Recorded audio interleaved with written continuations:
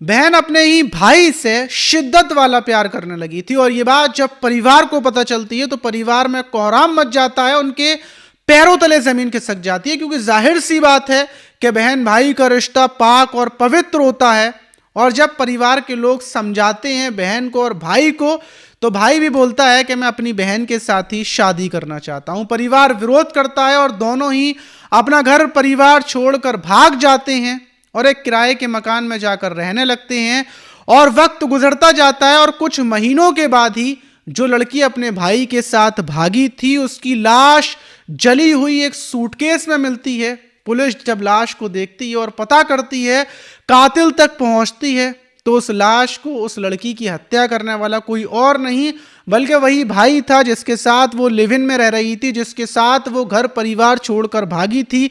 सवाल ये था कि आखिर क्या हुआ था, कि कैसे भाई ने अपनी बहन की हत्या कर दी, क्यों कर दी, और दोनों की प्रेम कहानी शुरू कैसे हुई। इस पूरी कहानी को जब आप शुरू से आखिर तक सुनेंगे तो आपके पैरों तले जमीन खिसक जाएगी और इस घटना से आपको बहुत कुछ सीखने को भी मिलेगा, क्योंकि इस टाइम पर रिश्तों में और जो रिश्ते बिल्कुल अलग होते हैं, जो बिल्कुल इंसानियत को कलंकित करते हैं, उन रिश्तों में तब जब ऐसा होता है तो फिर ऊपर वाला भी क्या अंजाम देता है और इंसान खुश रह पाता है या नहीं, वो इस पूरी वीडियो में पता चलेगा। तो चलते हैं और शुरू से लेकर आखिर तक पूरी कहानी जानते हैं। तो दोस्तों, मेरा नाम माज है। उम्मीद है कि आप सब अच्छे होंगे, सुरक्षित होंगे। और इससे पहले वाली वीडियोस में जितने भी लोगों ने कमेंट्स किए थे उनके कमेंट्स को हम इसी वीडियो के आखिर में पढ़ेंगे। अगर आपने कोई कमेंट्स नहीं किया है तो जल्दी से अपना नाम नीचे जाकर लिख दें, फिर मैं वीडियो के आखिर में आपके नाम को और जो आपका सवाल हो उसको पढ़ूंगा और जवाब भी दूंगा। तो जल्दी से नीचे जाएं और कमेंट्स कर दें। अब जो आज की घटना है, घटना उत्तर प्रदेश के गाजीपुर की है और 26 जनवरी की सुबह सुबह जब पूरा देश रिपब्लिक डे मनाने के लिए तैयारियों में जुटा हुआ था, उसी टाइम पर पुलिस को सूचना मिलती है कि जो गाजीपुर है, गाजीपुर का थाना गाजीपुर है, वहीं पर पेपर मार्केट है और वहाँ एक सूटकेस जला हुआ पड़ा हुआ है और उस सूटकेस में से मतलब एक लाश भी है जिसको जला दिया गया है, मतलब जलाने की कोशिश की गई है। अधजली लाश वहां पर पड़ी हुई है। जैसे ही गाजीपुर थाना पुलिस को सूचना मिलती है, पुलिस मौके पर पहुंचती है। अब 26 जनवरी की सुबह सुबह अधजली लाश एक महिला की, वो भी लाश को देखा जाता है तो जो महिला थी उसकी उम्र लगभग ऐसे ही थी, 25 से 30 या 35 साल। अच्छी खासी हट्टी कट्टी महिला थी। फौरन जो लाश थी उसको उठाकर पोस्टमार्टम के लिए भेज दिया जाता है। देखकर साफ लग रहा था कि हत्या कहीं और की गई है और यहाँ पर जो महिला है उसकी शिनाख्त को छिपाने के लिए, क्या पुलिस को पता ना चल जाए, इसलिए उसकी लाश को मतलब जलाया गया है। अब इतना पता चलने के बाद अब पुलिस जो गाजीपुर का हाईवे है, जिस हाईवे से लाश को फेंका गया था, उस हाईवे की सारी जितनी भी गाड़ियां थीं, क्योंकि गाड़ी से लाश को लाया गया होगा फिर फेंका गया होगा, तो 25 जनवरी की रात की सारी गाड़ियों के बारे में पुलिस पता कर रही थी और आसपास थानों में सूचना दे दी जाती है कि एक महिला की लाश मिली है या कोई गुमशुदगी की रिपोर्ट आई हो। पुलिस सब पता कर रही थी, लेकिन पुलिस के पास कोई भी सबूत नहीं मिल रहा था। बस जो जली हुई लाश थी उसका सूटकेस का एक हैंडल मिलता है जो नहीं जला था। पुलिस उस हैंडल को लेकर चारों तरफ पता कर रही थी कि आसपास किसी दुकान से उस हैंडल को खरीदा गया। और दूसरी तरफ पुलिस हाईवे पर जितनी भी कारें आई थी 25 जनवरी की रात 20 से 25 कारों के बारे में जानकारी जुटा रही थी। उसी बीच पुलिस को एक कार दिखती है जो वरना कार थी और वरना कार उस रास्ते से गई थी लेकिन वापस उसी रास्ते से आई भी थी। वरना कार के ऊपर पुलिस का शक जाता है। अब उसके ऑनर के बारे में जब पुलिस पता करती है तो वो लोनी का निकलता है, लोनी का रहने वाला। उसके पास पुलिस पहुंचती है, उससे पूछती है कि ये वरना कार तुम्हारी है, तो वो बताता है कि मैंने अपनी गाड़ी को बेच दिया है और जो गाड़ी बेची है वो अमित तिवारी को बेची है, जो वहीं गाजीपुर का रहने वाला है और खेड़ा कॉलोनी का। फौरन अमित तिवारी का नंबर निकाला जाता है। पुलिस उसकी लोकेशन ट्रेस करती है और उसकी लोकेशन मिलती है ग्रेटर नोएडा की। पुलिस की टीमें फौरन अमित तिवारी को उठा लेती हैं। अमित तिवारी को उठाने के बाद जब अमित तिवारी से पूछताछ की जाती है, भाई तुम कहाँ रहते हो और जो तुम्हारी गाड़ी थी उस टाइम पर तुम क्या करने के लिए गए थे, तमाम जब पूछताछ की जाती है और किस घर में रहते हो, तो पुलिस को पता चलता है कि अमित तिवारी अपनी प्रेमिका जिसका नाम शिल्पा पांडे है, जिसकी उम्र 25 साल है, उसके साथ यहीं पर जो खेड़ा कॉलोनी है गाजीपुर की, वहां पर रहता है। पुलिस उसके घर पर पहुंचती है, अड़ोसी पड़ोसियों से पूछताछ करती है, तो पता चलता है कि 25 जनवरी से इसकी जो लिव इन में रहने वाली इसकी प्रेमिका है शिल्पा पांडे, वो नहीं दिखी है। पुलिस का शक यकीन में बदल जाता है और फिर जब अमित तिवारी से पूछताछ की जाती है सख्ती से, क्योंकि अभी तक अमित तिवारी पुलिस को घुमा रहा था, पुलिस को वो सच नहीं बता रहा था, पक्के पर डटा हुआ था, पुलिस मार रही थी, तोड़ रही थी, लेकिन वो कुछ बता नहीं रहा था। और जब पड़ोसी इतना बता देते हैं कि अमित तिवारी एक लड़की महिला के साथ रहता था, तो फिर अमित तिवारी से पूछा जाता है कि वो कौन थी और कहाँ चली गई। अब जब इतनी पूछताछ होती है तो अमित तिवारी टूट जाता है और बताता है क्या जो मेरी प्रेमिका थी शिल्पा पांडे, जिसकी उम्र 25 साल थी, मैंने उसकी हत्या कर दी। वो रिश्ते में मेरी चचेरी बहन थी और मेरे साथ लिव इन में रह रही थी, घर परिवार छोड़कर आ गई थी और 25 जनवरी की रात मेरा उससे विवाद हुआ, मैंने उसकी हत्या कर दी। पुलिस उससे बोलती है कि वही तुम्हारी प्रेम कहानी कब शुरू हुई, तुम यहाँ पर कब आए। पूरी जब जांच पड़ताल की जाती है, अमित बताता है क्या लगभग आज से 3-4 साल पहले, क्योंकि मैं प्रयागराज का जो बादलपुर दादरी है वहाँ का रहने वाला हूँ और जो मेरी प्रेमिका थी शिल्पा पांडे मेरी बहन, वो सूरत की रहने वाली थी और मैं वहीं पर आता जाता था, उसके घर पर रहता था कई दिन।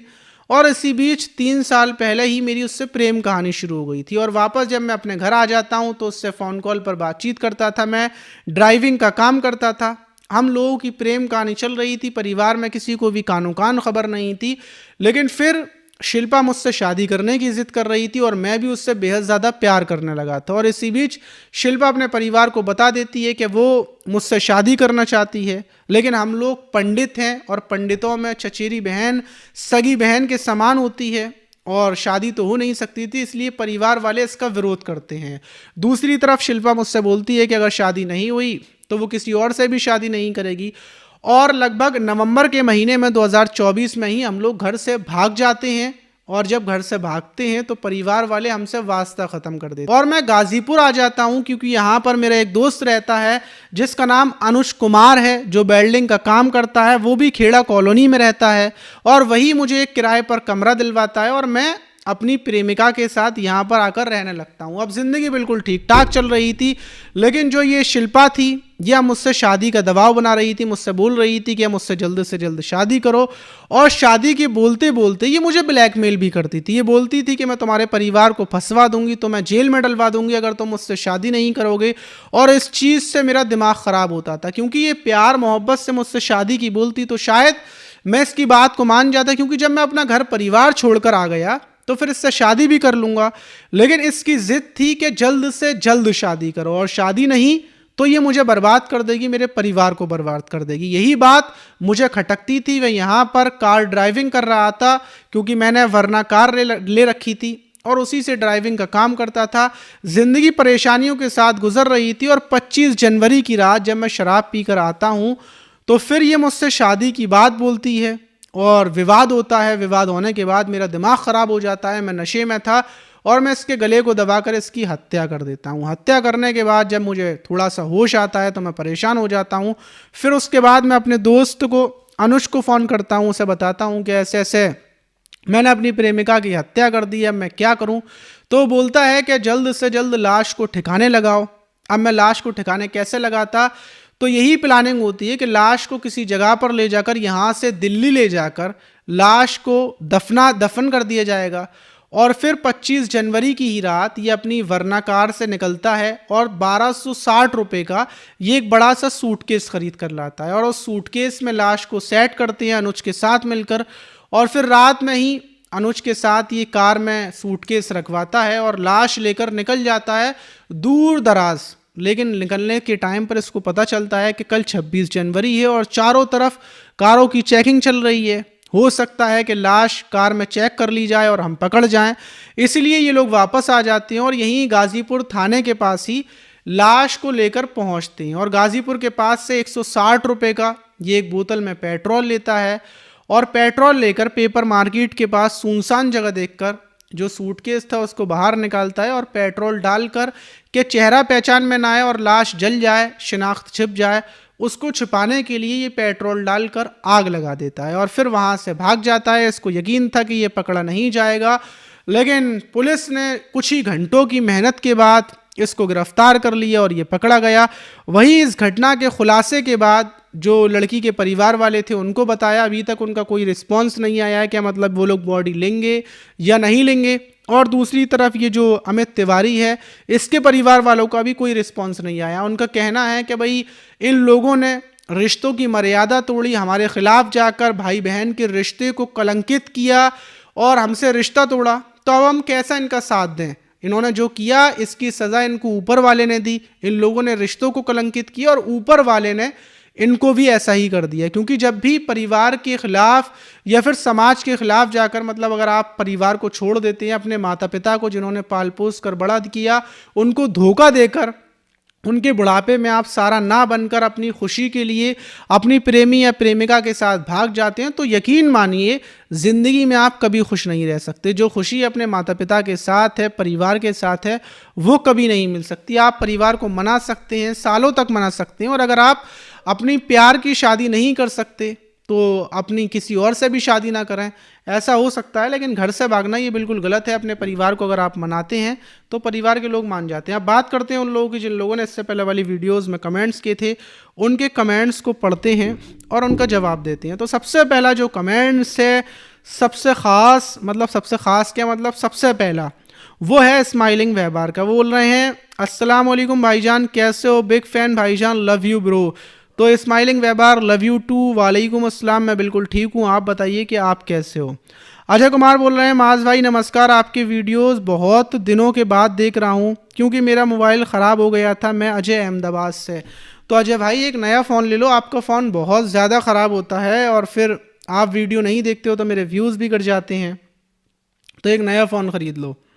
और रेहान मलिक बोल रहे हैं अस्सलाम वालेकुम भाई वरहमतुल्लाहि, सुनकर बड़ा दुख हुआ, कैसे कैसे लोग हैं, घटनाएं सुनकर दुख होता है। बिल्कुल रेहान भाई, वालेकुम अस्सलाम। और रेहान भाई कैसे हैं आप, और आपने शादी वगैरह की या नहीं की, जो आप शादी करने वाले थे ज़रूर बताइएगा।